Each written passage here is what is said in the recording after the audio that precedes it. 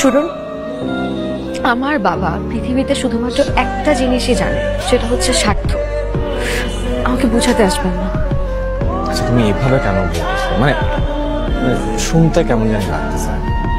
2 মাসের ভাড়া অন্তত 1 মাসের দাও, নাহলে বাড়ি আরো তো ঝামেলা করবে।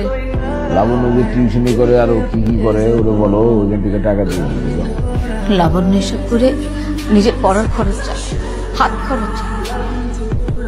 একটা পয়সাও তো তোমার কাছ থেকে নেয়, তুমিও তো দাও না। এমনকি মেয়েটা বাড়ির বাজারটা পর্যন্ত করে। আন্টি। ওয়ালাইকুম আসসালাম। হাতে কি এটা? আন্টি একটু পায়েস বানিয়েছিলাম তো, তাই ভাবলাম যে আপনাদের জন্য একটু নিয়ে আসি। আচ্ছা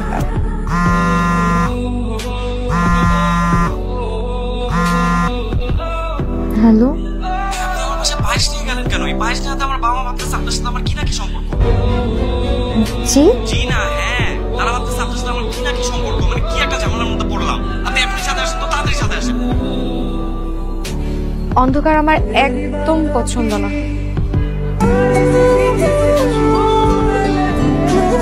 Happy birthday to you. Happy birthday to you.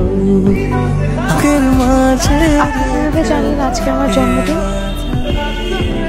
আমার মাও তো মাঝে মধ্যে ভুলে যায়। বাসা ভাড়ার সময় ন্যাশনাল আইডি কার্ড দিয়েছিলেন আমাকে, মনে আছে? কি হচ্ছে কি এটা?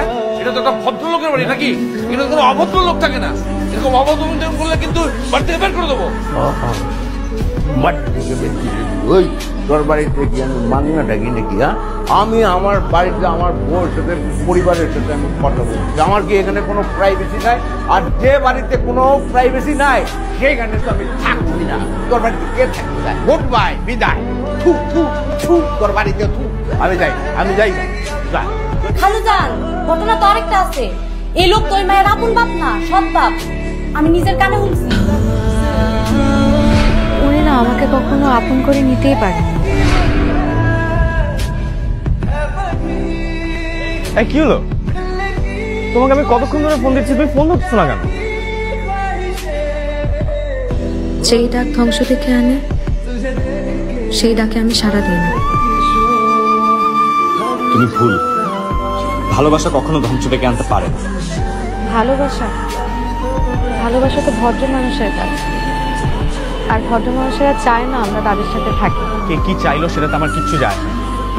আমি তোমাকে ভালোবাসি, আমি চাই তোমার সাথে থাকতে। আমি চাই না, কারণ আমি যদি আপনাকে ভালোবাসি তাহলে ভদ্র মানুষেরা আপনাকে তাদের থেকেও দূরে সরিয়ে দিবে। শুধু আমার জন্য আপনার নিজের জীবনটা ধ্বংস করে না।